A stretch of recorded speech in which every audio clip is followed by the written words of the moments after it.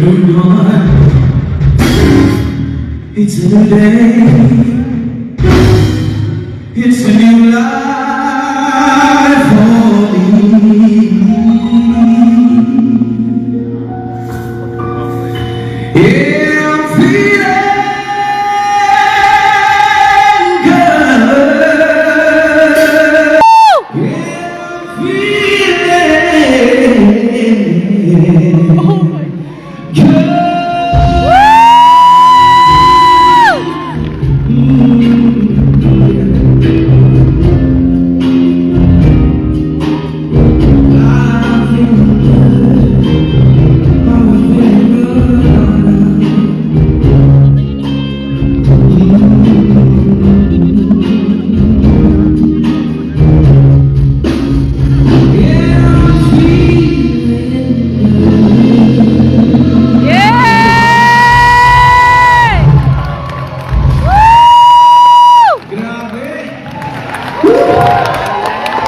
What's up, Winnipeg? Yeah! Wow, I didn't expect this energy, but I am very, very thankful that you guys are here. Maraming salamat po for spending your Friday night with me. Alam ko maraming pwedeng gawin, but you decided to spend your day and of course spend money. So, give it up for my band. Sino dito ang nakakilala kay Sophronio Vasquez?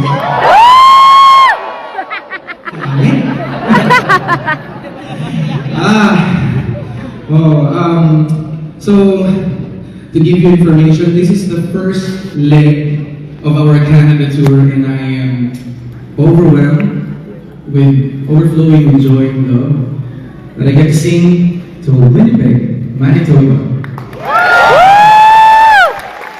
With that, ipakita natin sa Calgary, Vancouver, and hopefully other Canada cities na tayong pinaka.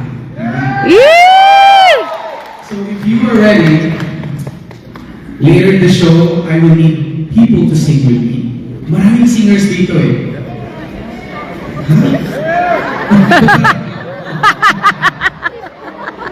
Ako, mga style na ganyan, narinig ko na yan. When I sing, can you sing with me? No. But when I give the mic, whole verse.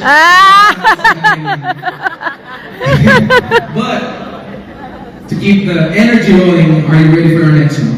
Yes! Thank you so much. Let's go.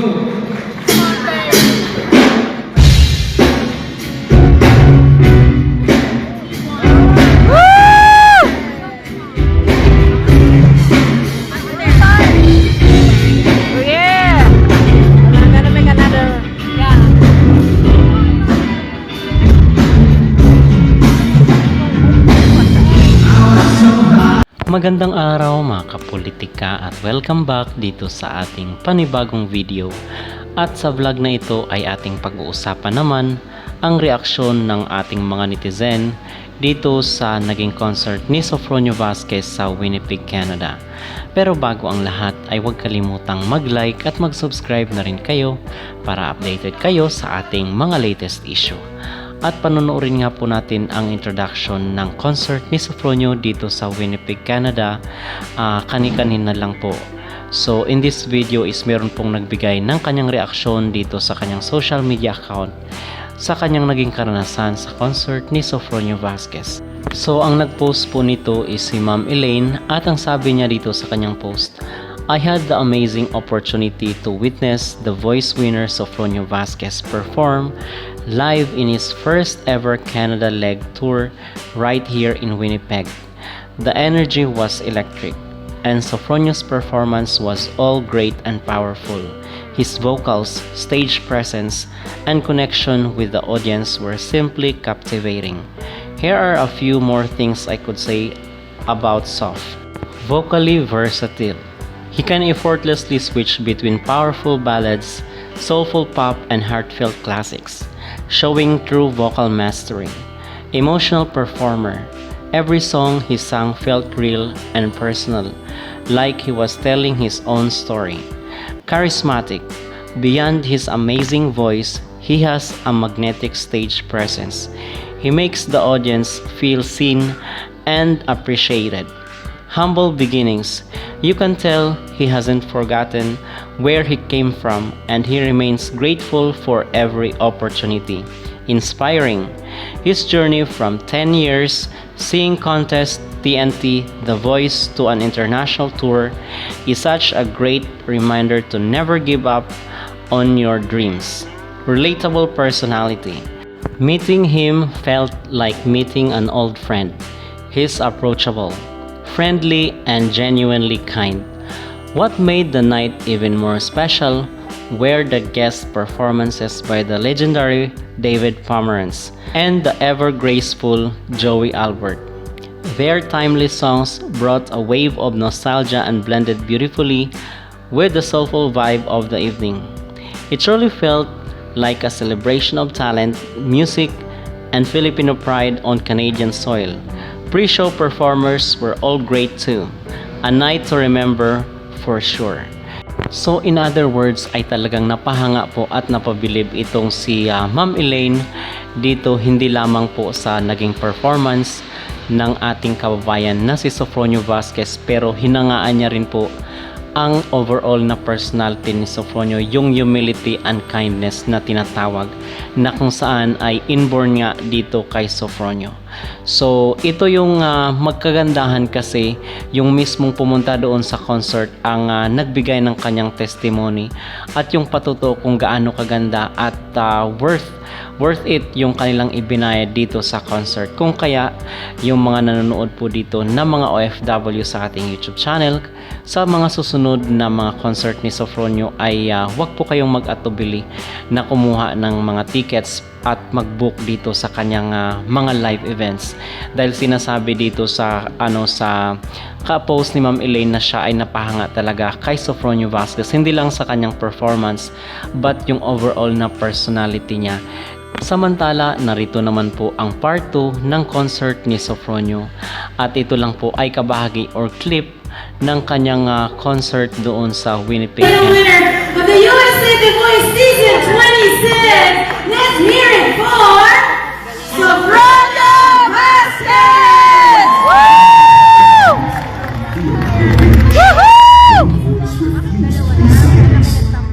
This is the story of Sofronio Vasquez, a passionate artist whose journey to becoming unstoppable is filled with both struggle and triumph.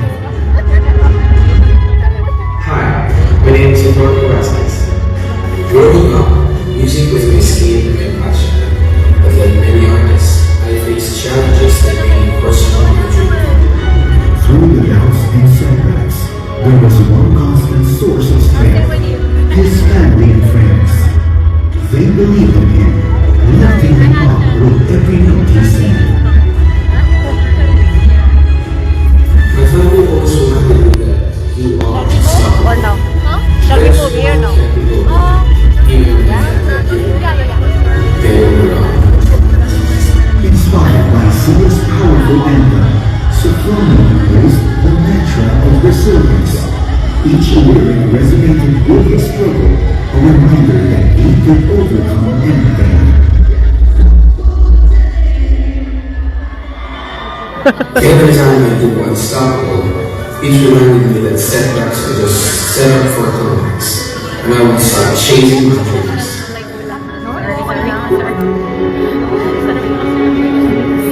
The moment finally arrived.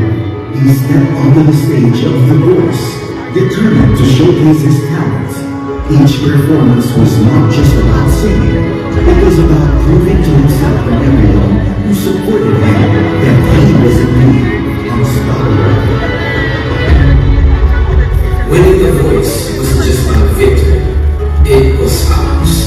Every cheer, every encouraging word, it fueled my fire, and I was very unstoppable because I know I am by myself. In the end, Sofronio Vasquez showed the world that dreams can come true. With unwavering support from those who love him and the anthem of resilience as his guide, he proved that he would always rise above. So here's to chasing dreams, no matter how tough the journey gets, remember, with love and determination, you are unstoppable.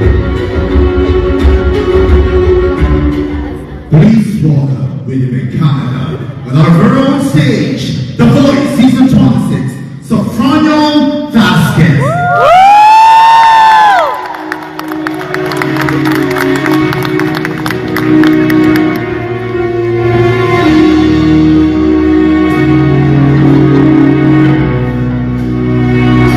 I don't know what.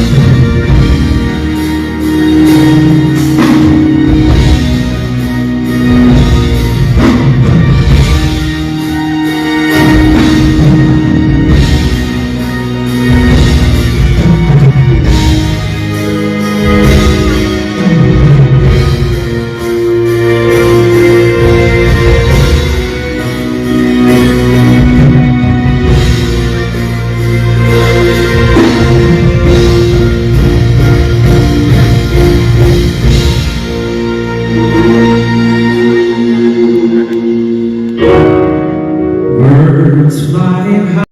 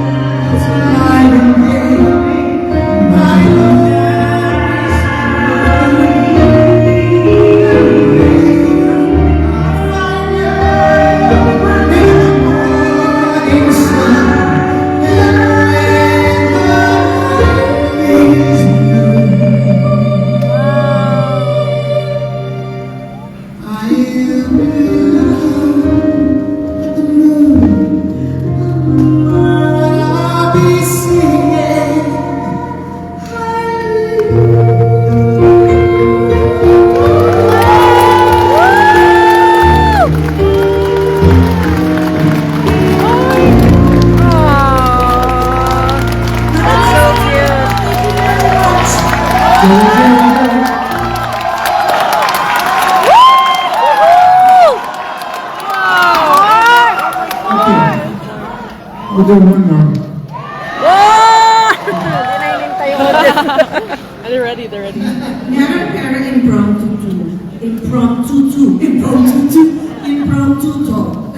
ito.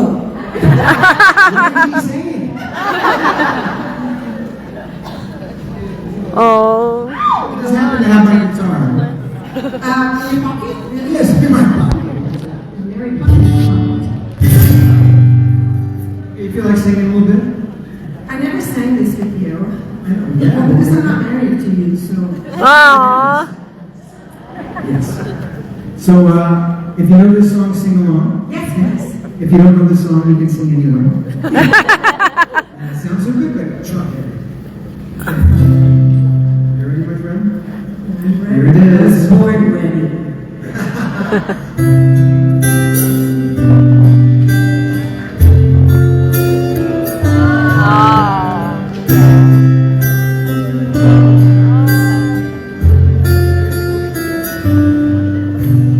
Here we stand today. Oh my gosh. We always dream. Love it. Starting out alive together. My God, I love David Cameron. Eyes in your eyes, Ganda no? love is in our heart. I hear this at weddings. Yeah, yes, wedding song. You'll be mine forever. I need him to sing at my wedding. Yeah. Listen for this love all my life. So Aww. now that's the price. If the feeling starts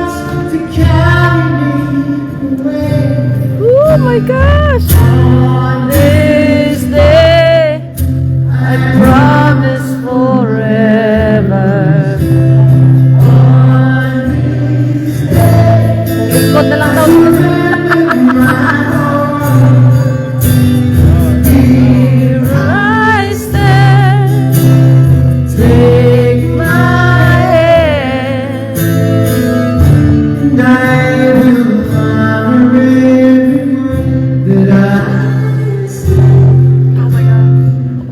On this day. Oh, I love it.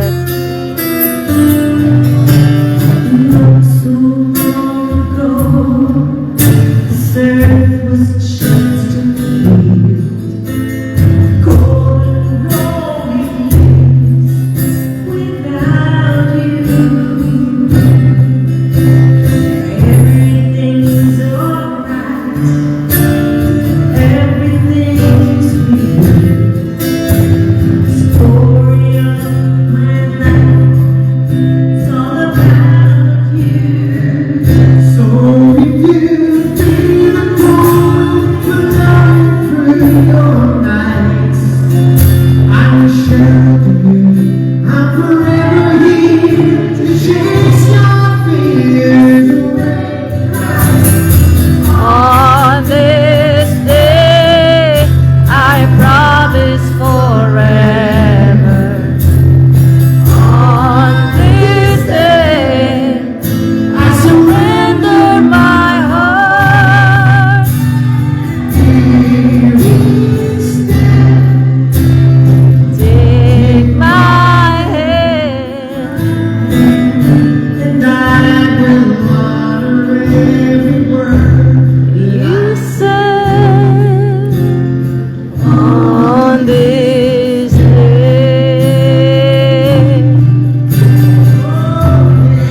Woo!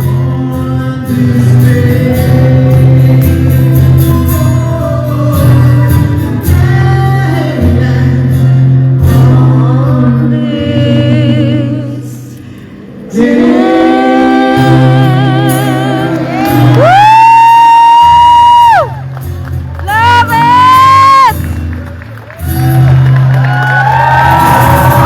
Woo! Thank you. Maraming salamat po. Woo! You only knows two things. Salamat po and maligayang Pasko.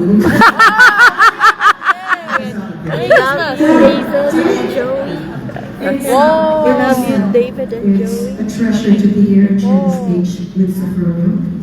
And for people like David and I who've been around the block, it's good to know na meron magpapatuloy ng puso at kagandahan ng awitin Pilipino. Katulad ng ating pinakamamahal, Sophronia Velasquez. Velasquez lang. May mo ng Velasquez. Regine,